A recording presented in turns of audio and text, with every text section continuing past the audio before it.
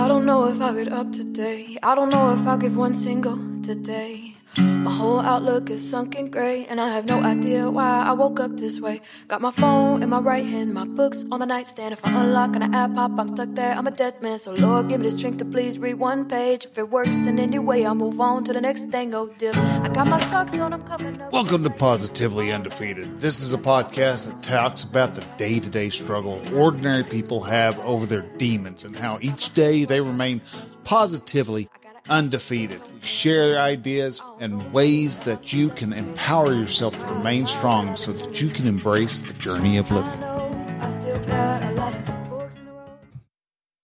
Okay, welcome to our podcast, Positively Undefeated. I'm Burl. I'm here with Emily. Hey, Emily. Hey, Burl. So if you guys haven't had a chance, check out our website, especially this week. It's going to be live. We've been working on our website. So evilanless.com. You can go to our website. Wednesday it'll be up. Is that what you said? Yep, Wednesday's the day. Yeah, so we've had it up, but it's been a work in progress, and we're transitioning to a new platform. So on Wednesday, check out our website, Even One Less. So we have an event coming up in Midland, Texas on February 24th at 6 p.m. It's at the Horseshoe Arena. It's going to be a good time. So if you guys aren't aware or haven't heard, we are doing, we're doing these mixer introduction events. We started in Elk City, Oklahoma. We're going to Midland, Texas on February 24th. And then we're going to kind of go from there to different cities. And so we're excited about it. But this event is actually a big deal for us because a lot of our founder, my aunt, is from there. We have several board members from there. So I think our Midland event will be a huge opportunity. We're going to have Kyle Brewer. If you guys haven't heard Kyle Brewer, you can connect to him on Instagram, on Facebook. He's a great musician. Is he from here?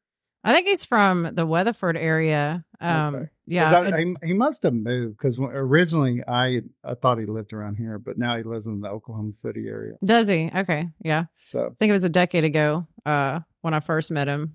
Yeah. Was around the Weatherford scene. So whether he was from there or going to college there, I'm not really sure. I need to ask him those questions, but we're pretty excited about the event. We got some good grub. Yeah, Michael's Charcoal Grill is going to be there. Yeah. We've got some amazing donations for our fun auction. And we'll have a candy bar there for your sweet tooth. And really bringing awareness to the statistics for suicide and the truth about the impact suicide has. And to be there to support survivors of suicide. So, West Texas and rural Oklahoma, and rural populations in general across the nation are struggling more than ever. And so we could all relate to being, whether we're on the board or part of the organization, we fit in that demographic of surviving suicide or trying to face mental health challenges living rurally, Yeah. I think that I've been amazed through this journey how big the impact of suicide has been in Oklahoma. Yeah. It's huge. It's really impacted not only our county, but the whole state of Oklahoma. We're rated one of the highest in the United States. 7th, top 10. Yeah. And then you look at Texas and they're rated as high as well. And so I think that we're right in the battleground of this area where we can make an impact. And it's kind of, it blows my mind. I think that, they said that in Oklahoma last year, the suicide rate was the highest it ever been, I believe, something like that. Yeah. Yeah. It's pretty profound. Yeah. Well, a couple of things that, we wanted to talk about today. Well, we want to make sure you guys are aware of our event. Also, you can donate through the website. That's a great place to donate when we have that up on Wednesday. Really, your donation, what does it go to? It helps us spread the message. That's what we're trying to do, is spread this message. I think it's a great opportunity for us to be able to go national, our podcast and a lot of the social media stuff we do. helps us with kind of our national presence. But also, we're doing a lot of local things too. And we're trying to spread that message, not just from Oklahoma, but to Texas and different places too.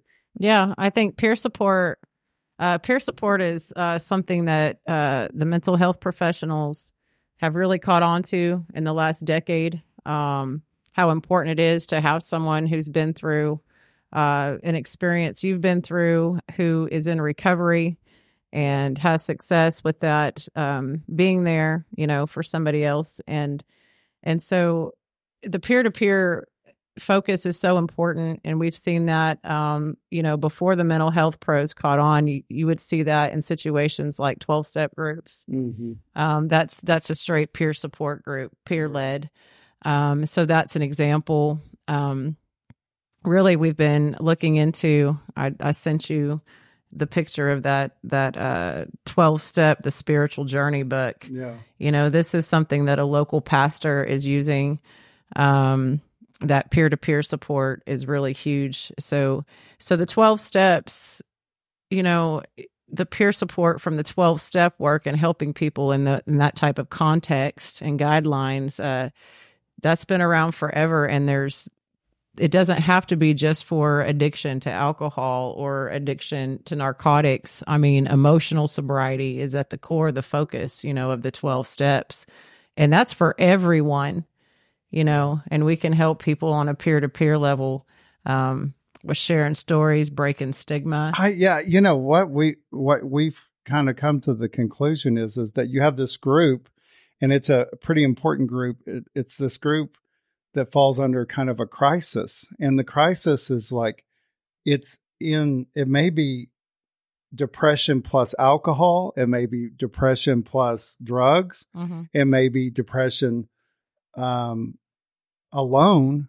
But this crisis area is such a huge area. And part of that, it's like like whenever I was in that situation where feeling super depressed about things, like I kept thinking if I could fix the depression or the grieving, because I was really dealing with some grieving, it's like then maybe I won't drink as much, or maybe I won't do these other things. But it's something you have to tackle really from both ends. And I think these 12-step programs, if you've never been involved in a 12-step program, it's easy. You hear a lot of negative. I think you do. And I think that what people that haven't been around 12-step programs, what they can realize is that, man, they make a big impact. They really do. The 12-step program has been around since the 1930s, and it has impacted millions of people. Mm-hmm. And what we're trying to do as an organization is, number one, is say, hey, it's okay to ask for help. Right. Because there's this stigma that, like, I don't want anybody to know what's going on with me. Yeah. I'm embarrassed, or, I'm struggling maybe with alcohol. I'm struggling with depression. First of all, it's like very normal, to deal with these things at some point in your life. If you haven't dealt with it, you will. Yeah. And then it's these resources out there for those people in crisis. Is like, there is plenty of resources out there, and we're just trying to make those resources known. Mm-hmm. And then, where our organization, our ministry really deals with is what we've talked about is kind of the middle. It's like, yeah, I may not be struggling with alcohol or drugs, but I am struggling mentally. I'm struggling maybe with my job. I'm struggling with family. I'm struggling with whatever's going on in my life. And, we always talk about this toolbox. It's like you have to possibly pick multiple things that might help you. And we're trying to present those multiple things to people to say, these things really do make an impact. I've been surprised, like, how much meditation or prayer, those things, even though they seem small, I think people are confused by them, but I think that those things make a huge difference. And whether we're talking about counseling, Mm-hmm. whether we're talking about just meditation, or whether we're talking about, a support group, church, Bible study, there's all kinds of opportunities out there. And we're trying to present those and make people aware that they're there. Yeah. and not be afraid to ask for help in those situations, Yes. What I like about what Even One Less is doing is really covering all the areas of focus. So when it comes to getting people here on podcast, collaborating with people for writing blogs and contributing to our mission to spread awareness and to encourage people to reach out for help, to know what kind of changes they can make and where they need to make changes. What I like about what Even One Less is doing is we're covering all the bases. From acute, where a lot of people are at nowadays. In today's time, we've got a lot of acute situations, but going into what is acute, people think of your typical, addiction and bipolar disorder and major depressive, these major mental illnesses.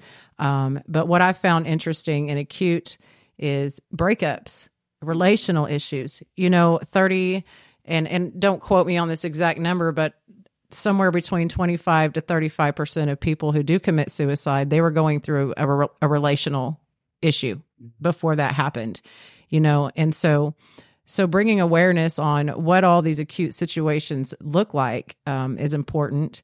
And then, we also cover the spiritual and mental. And what I love about what Even One Less is doing is they've combined the spiritual and mental, because truly the state of our belief systems and our spiritual beliefs really impact, our thinking and our mentality and our mental health.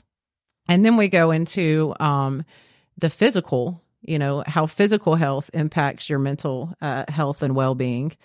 And then the material life, the material health. So covering all four of those, I think is important because we live our lives as whole beings. And so if we just focus on the mental or just focus on the spiritual or just focus on the physical or material, we're not looking at ourselves in the big whole picture, and we're not assessing and handling the whole picture, So, I mean, we're multifaceted. We've got different parts, like the physical part of us. It really, if you're hurting, for example, then that has this huge impact on you, and we can understand that. But what we don't realize is that literally something mental going on can affect you physically. Absolutely. You can be sick from it. Yeah. Yeah. And, sometimes we look at those as like, oh my God, kind of an eye roll thought, but it truly has been proven that you can physically feel the effects of depression, of obviously substance abuse, but also the mental health that you're going through. You can absolutely feel those. And so they're all interrelated, but yet to me, like how much one little change in any of those areas that you're talking about can make such a major impact. Yeah. You can go from, basically feeling hopeless, despair, to feeling some hope by, as we've always talked about, like go for a walk outside for 45 minutes. You'll be surprised of the results, Exactly. But the same thing with mental health is that when it comes to the spiritual side or mental health side of it, it's like little things make huge differences, Mm-hmm. And it really if anything that can bring hope when you're feeling despair. I like the definition of despair that I heard, which is that we feel like tomorrow will be the same as today. That creates despair.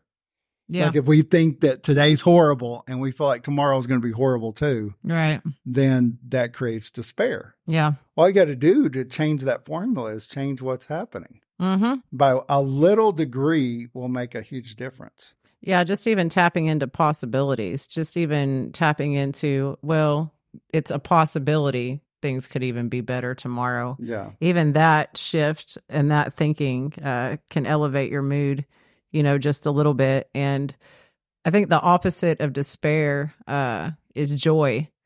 And so like, for instance, I keep kind of a mental notebook now. In my first stages of recovery, it was a physical recovery action plan.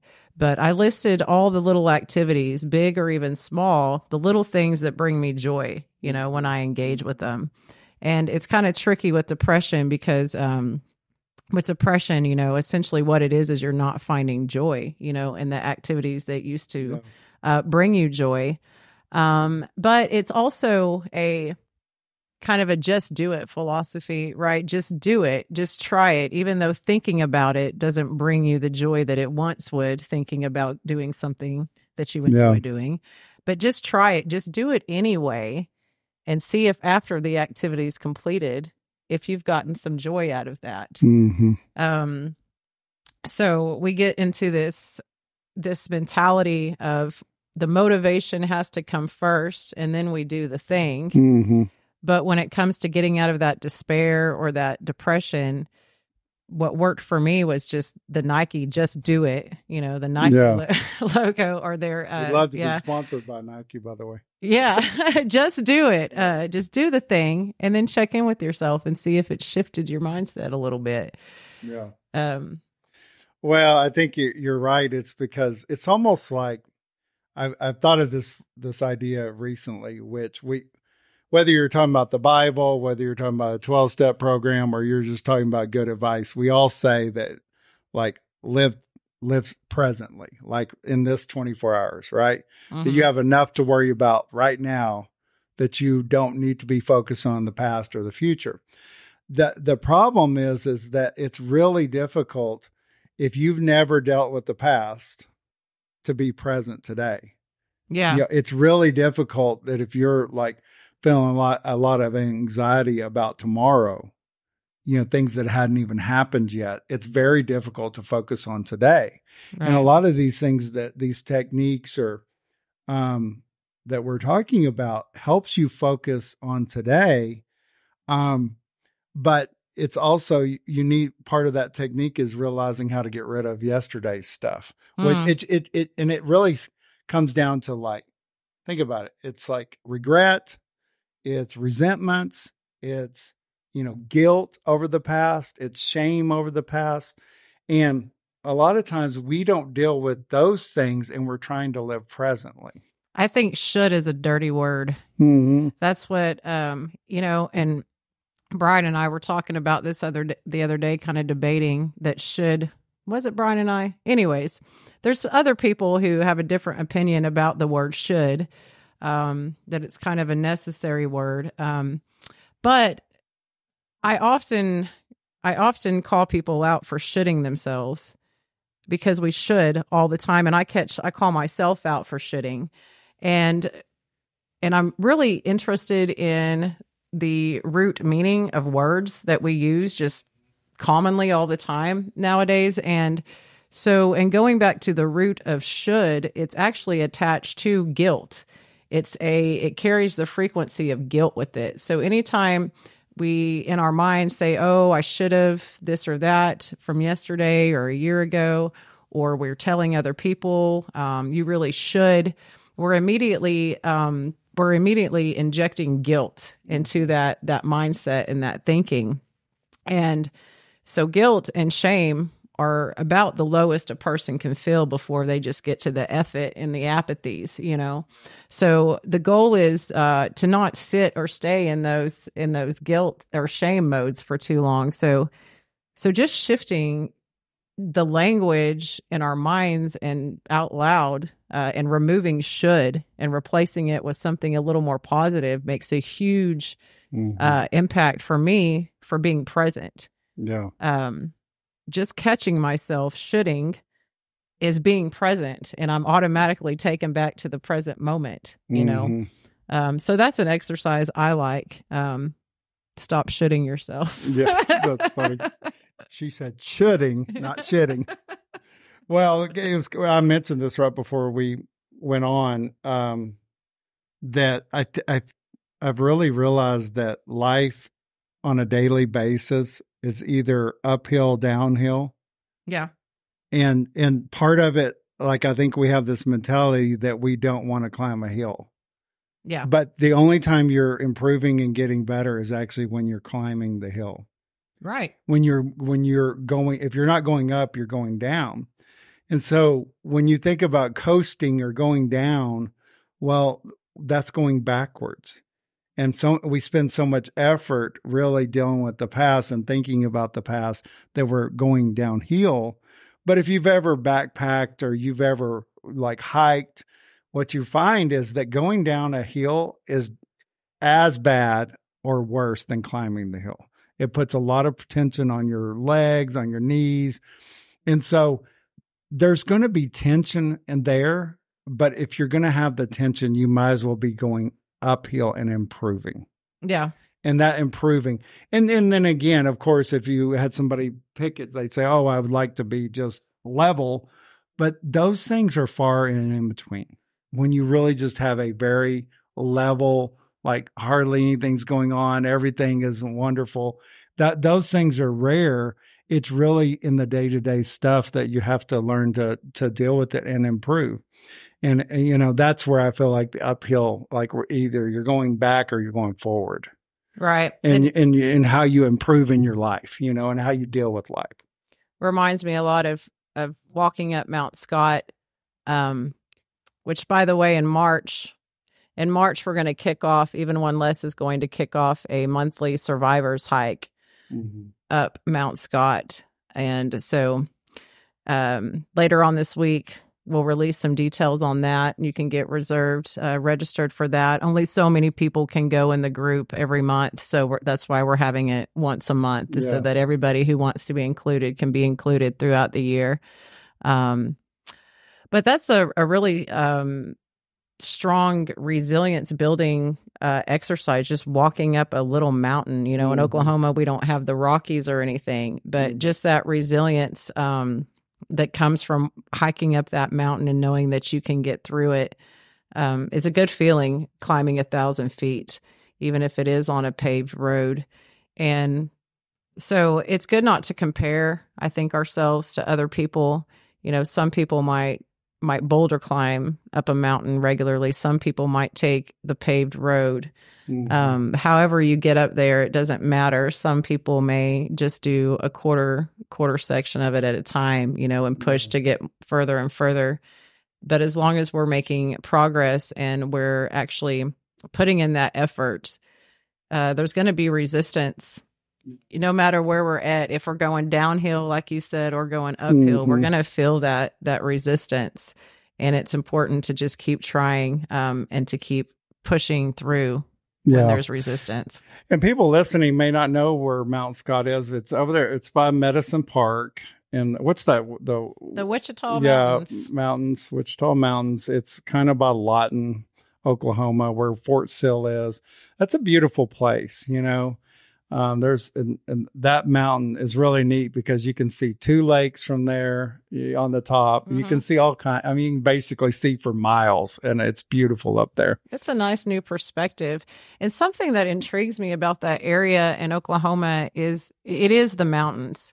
Biblically, you know, there's so many verses about healing happening in the mountains and people being drawn to the mountains. There's actually magnetite in those mountains. So you really feel the gravitational pull when you land in the mountains. You feel this kind of grounded, and that's because you're actually on this giant magnet. You know, you can feel it, and it works with the magnets in our own bodies and energy systems. But there's some interesting statistics too, and suicide rates are really the highest in the nation. Curious enough, in the mountain ranges, you know, starting up north. That's like loneliness, or it's just isolation. We're so isolated, and it's so rural.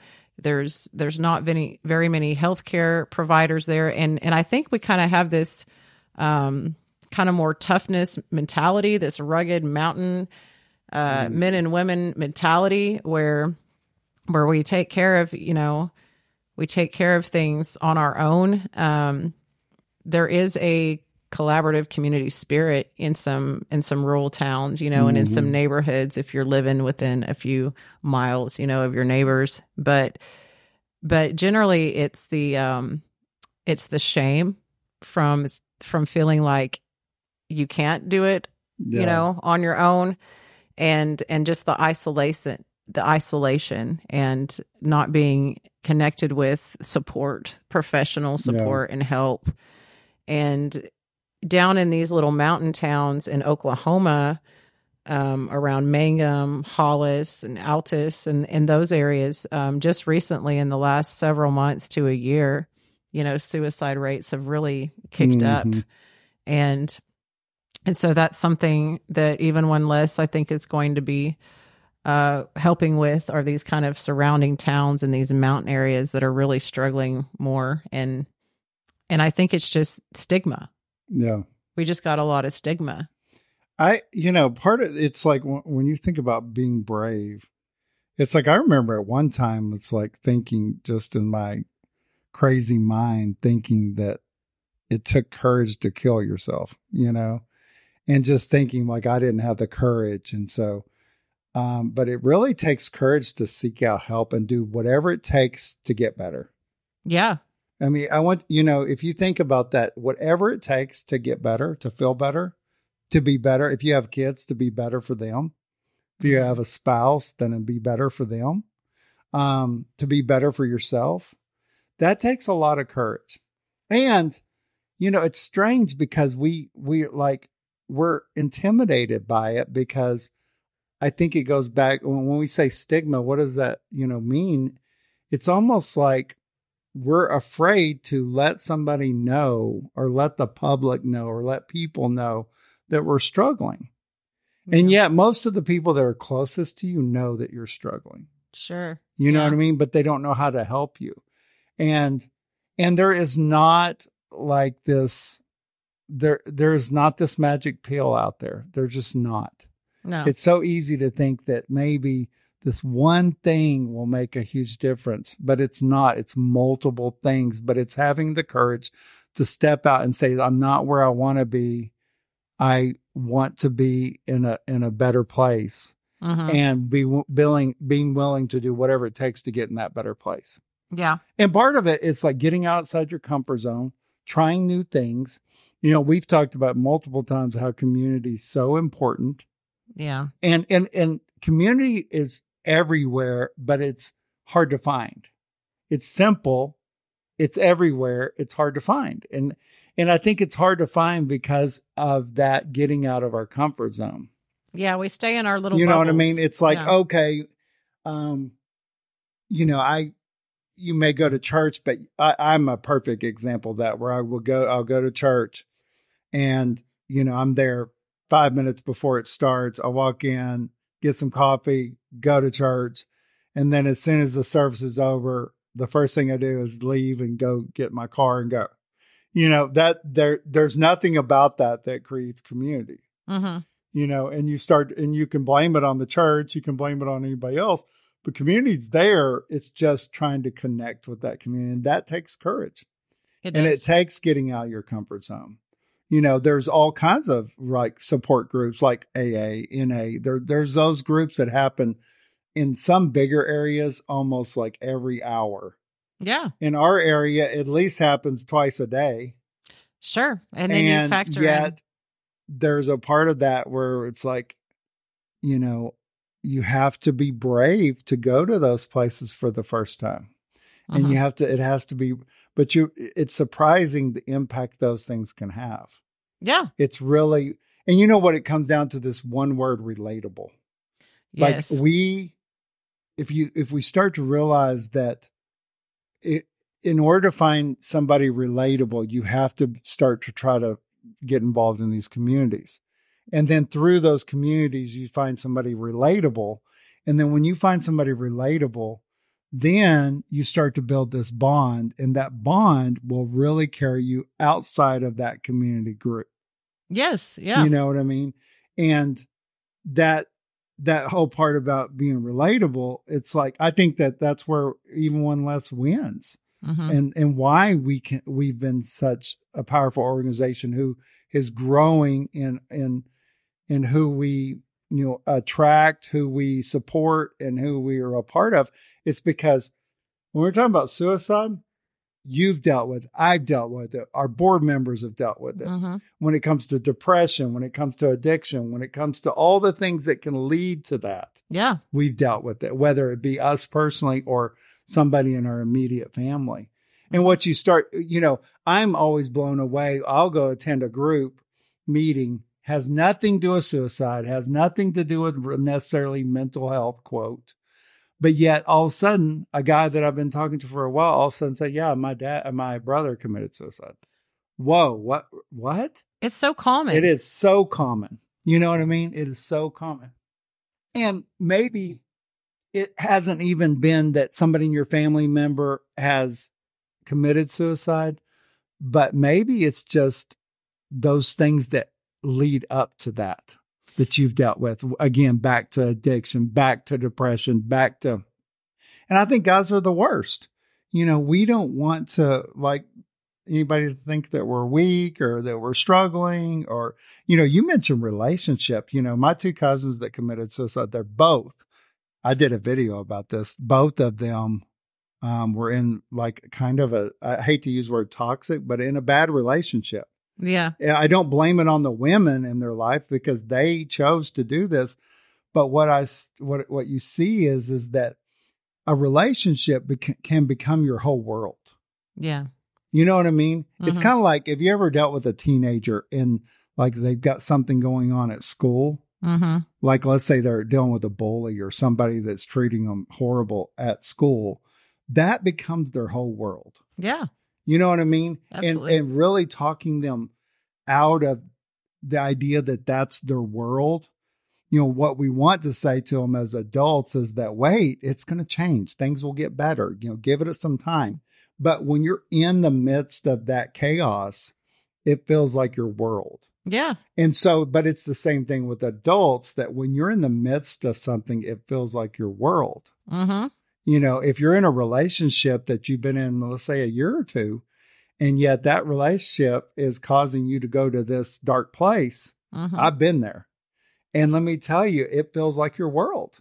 Yeah. Yeah. When absolutely. to the outside person looking in, they're like, that's not your world. It can easily change your world by changing maybe who you're hanging around with, and who you're dating or whatever.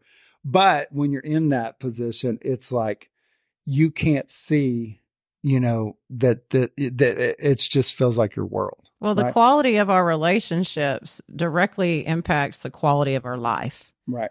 And so from a social studies, that's been proven. And so it's no surprise, that if our relationships don't have the great quality, they're not the best quality, or the quality is harmful or stressful, it definitely does impact our quality of life.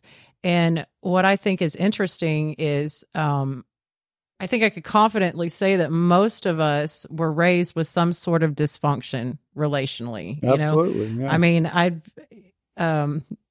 if someone out there has had a upbringing and relationships to this adulthood in their life that was just totally functional, I'm going to say they're probably a very rare percentage of the population.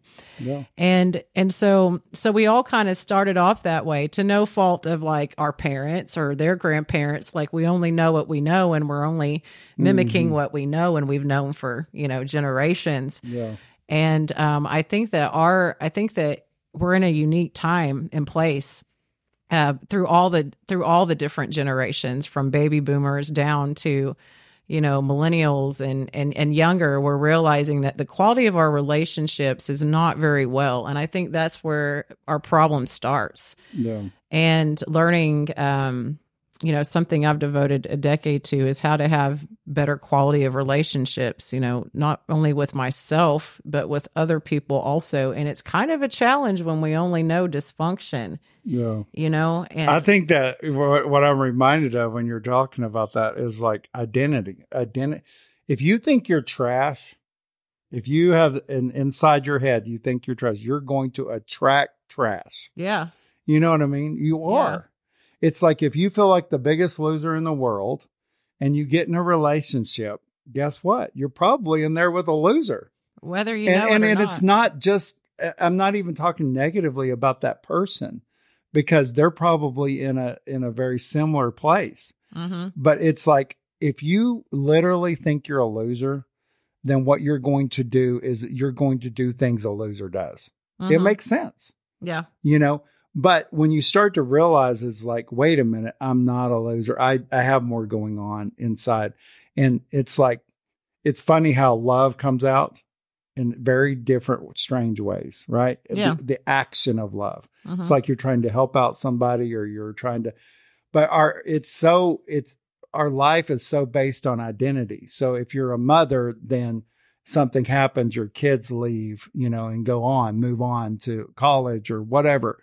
Well, then you start to lose that identity. You start to feel like that you're not important anymore. Or if you're a husband and that's how you relate to, basically your wife, that relationship, and you lose it, you start to feel like you're losing your identity. We put a lot of our identity into the roles we play. We sure do. And we weren't really taught how to identify with our values and our value system. We're mostly taught how to identify with our roles culturally. And so I think that that's been a big miss for us, and contributing to this mental illness boom, is we don't know who we are. We don't know how to identify with who we are or who we want to be outside of this material, physical role identity. And we're not combining, our values and our identity and our values with that, and having those sync up and line up, and comparing our roles to our values even. If our value, for instance, so like my beloved and I, we have this rule, and our rule is the Corinthians verse on what love is. Love is patient, love is kind. And so anytime we have any sort of disagreement, or we can feel maybe a tension, or we're getting outside of that, we go back to that verse and say, okay, love is this. Are we being this? Are we leaning towards this? And our thinking, even before it's expressed with the other person, we can kind of catch it. Like, okay, where are we at in this definition? So we're actually defining our role as partners in a relationship based on, internal values and beliefs, which makes the relationship functional, even when there's external stressors or internal stressors. He and I both come from post-traumatic life experiences. And so naturally, as human beings, we both have leftover things in our psyche, that it's kind of interesting to go through and be like, oh, I think this is a trauma response to this circumstance, not actually like a true way that I want to respond to this in a healthy way. So our identity and our relationships are I think a good prevention measure to getting out of whack. You and I've talked about Brene Brown, author, right? Yeah. I was listening to her podcast, and she has this concept, I've probably read 2 or 3 of her books, and I'm a fan of her, know, and she because she's a woman, I think more women can relate to her, but yet there's a lot of like very relatable stuff, even for men, like the shame thing, those things. But one of the things she was talking about on her podcast, and she probably talks about it in her book too, is the idea of like, do you think people are doing the best they can? And I actually have thought a lot since listening to that podcast. I've really thought a lot about that. And there's very few people that you meet on a daily basis that you can not admit that they're at least doing the best they can.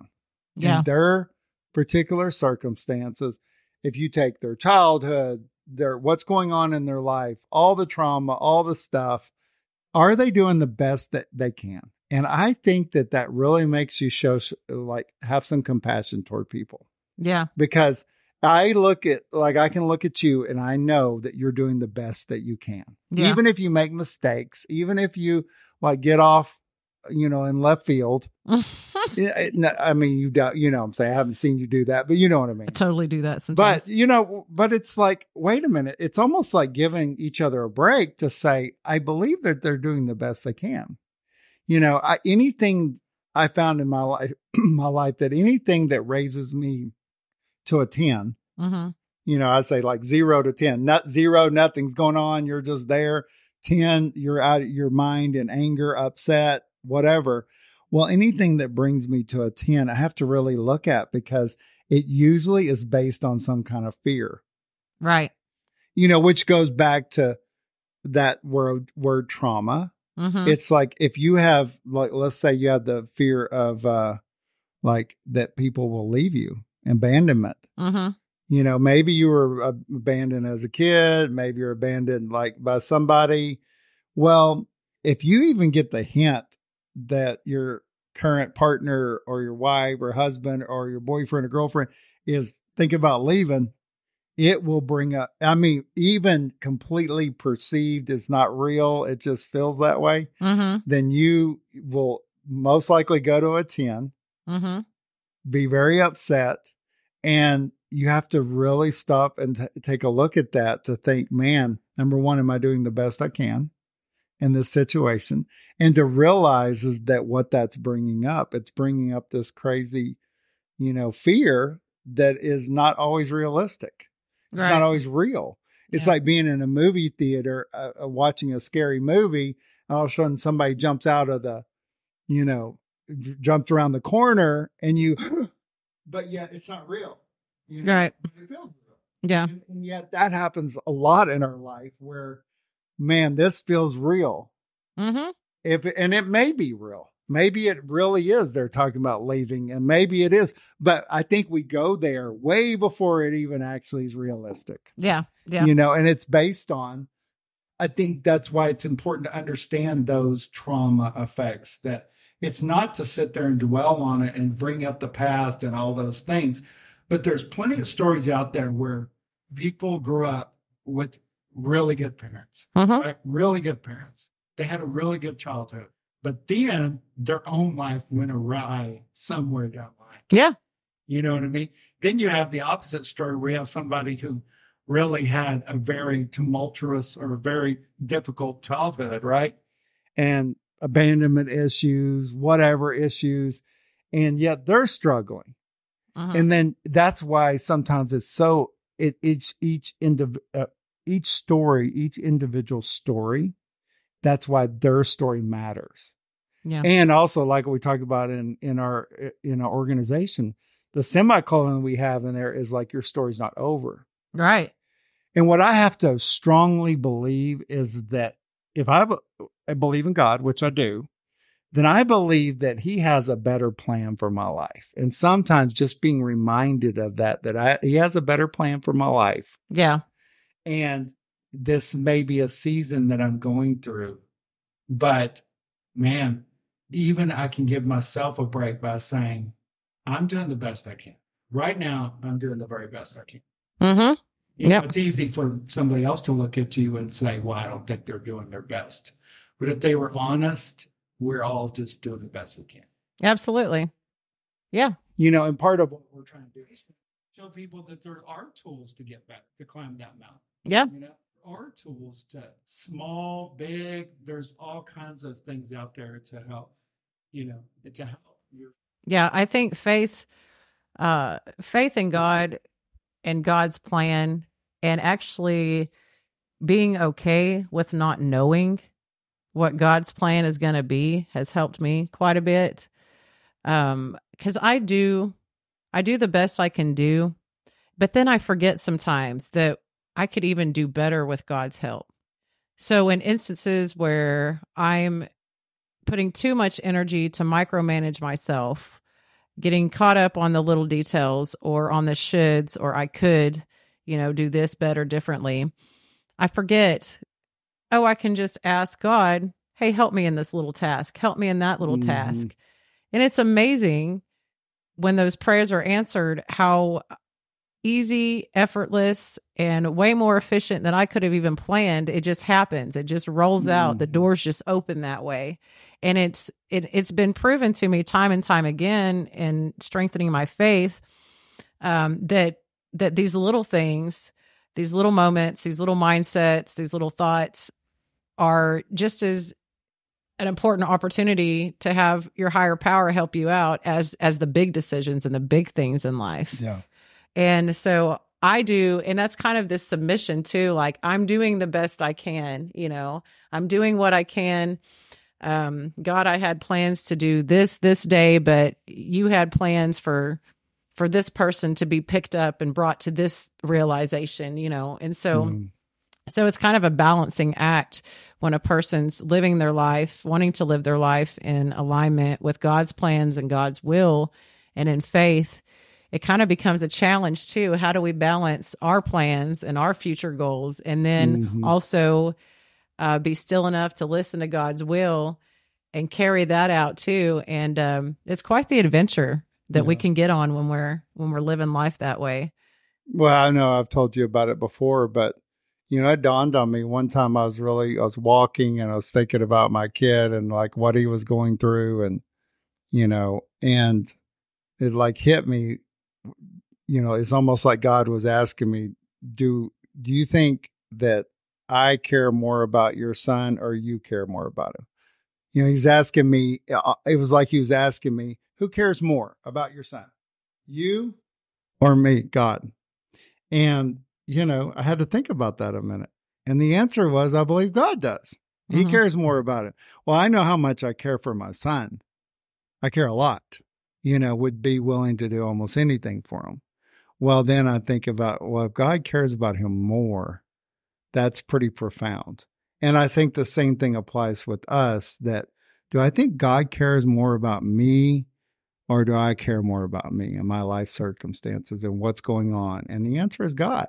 Yeah. Even though it's hard to swallow that sometimes. Right. And if he really does care about us more, and going back to that Corinthians, the love chapter that you're talking about, I told you one of the most profound things I ever did was if you read those verses and you substitute the word God for love, God is always patient. God is always kind. God never keeps records of your wrongs.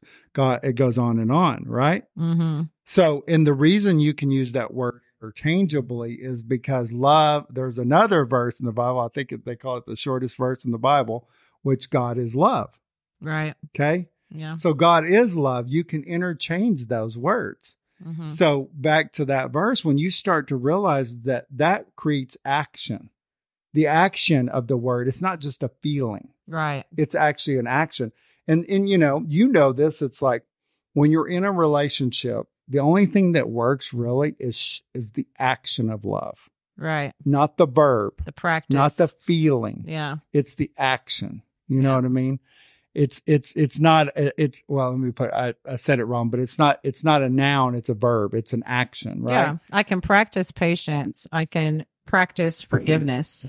I can practice kindness. Yeah. Those are active practices that we can implement, even if they are in a mindset or a verbal response. Yeah, absolutely. And I think that, that's how God is in our life, is that God is always patient with us. Yes. God is always kind with us. God does not remember our wrongs. Right. If love doesn't remember our wrongs, then God doesn't either. Those are things that when you start to read through it, is that it's never envious. It's not jealous. It's like that's what we're dealing with. And if you can really wrap your mind around the idea that basically God cares about you and your circumstances more than you do. And he wants the best for you more than you do. That gives me hope to think, because when you hit like my age, so I'm 51, and I think as you get older, you start to realize is that God's plan is not this one day in your life only. It is literally a lifetime of learning, growing. And even when you think you haven't grown in 10 years, God is working on you and you're growing and you're changing. if you allow that to happen and you do the work, you do the action. And it's so easy for society to like, to mess that up, to that whole notion of like, what's the work, and to tell you, okay, here's the list of things you need to do. But I really believe the list of things you need to do is so simple. The work is praying. The work is literally, I'm going to get up and I'm going to go do what I need to do today. You know what I mean? Even though I don't feel like it. Yeah. It's doing what needs to be done, even though you don't feel like it. It is literally praying that God's will be done in your life, basically. It's, possibly getting involved in like learning, studying, those things. That's the work. It's not too challenging. It's really not. It's like the simple things of like, what can you control is another way. Like your action is about, if you can't, that's not your action. Right. If you can control what you're thinking about at this moment by saying, man, the Bible calls taking your thought captive. It's like, if I get that feedback of what we were talking about earlier in my mind and I say I'm a loser, which I used to say that stuff all the time in my head. Sure. I'm a loser. Defective person. I'm I wish I was dead. Those kind of things. And realizing that those aren't your thoughts. They're just thoughts that pop in you. If we were judged on our thought life, oh my God, we'd be screwed, right? We would be screwed. If we could read each other's thoughts, it'd be terrifying. I mean, but we know it. Everybody is like that. And to understand, it's basically junk. Yeah. And so you can take that, what I believe that whole verse is saying is like, take that thought captive and realize what's junk. Yeah. And don't give it another thought. Move on. Yeah. It's tuning our brain. So it's like if we've got our hand on the radio dial, and we're just manually turning the dial, we're going to get all the junk. We're going to get the static. We're going to get all the stuff. And so we actually do have the power and the ability to dial in to whatever we want. But we don't always have the power to control what comes in, what's coming through. Yeah. That's something we don't have control over. Ourselves too sternly, strongly on our thoughts. Oh, I'm a huge critic. So what I noticed about myself several years ago was that I had thoughts and feelings like every other human being, but I also had thoughts and feelings about my thoughts and feelings. Yeah. Which made stuff really complex in my head. And then I'd have thoughts and feelings about the thoughts and feelings about my thoughts and feelings. Yeah. So now we're really junked up and complex, there in the mindset. There's not space for anything else, especially if the quality was negative. But the Bible has a verse, that tells us how to fine tune our minds. And it's just to meditate, on what is good, what is lovely, what is wonderful, what is hopeful, what is of beauty. And so this meditation practice has really taken off. And I'm not just a huge fan now of just meditating to be present and still. I'm more meditating to fill my mind up with the good stuff, with the positive stuff, because that just sets my whole day up and my whole mindset up to be in that frequency, to be dialed into that station in my mind. It's like a retraining of the brain.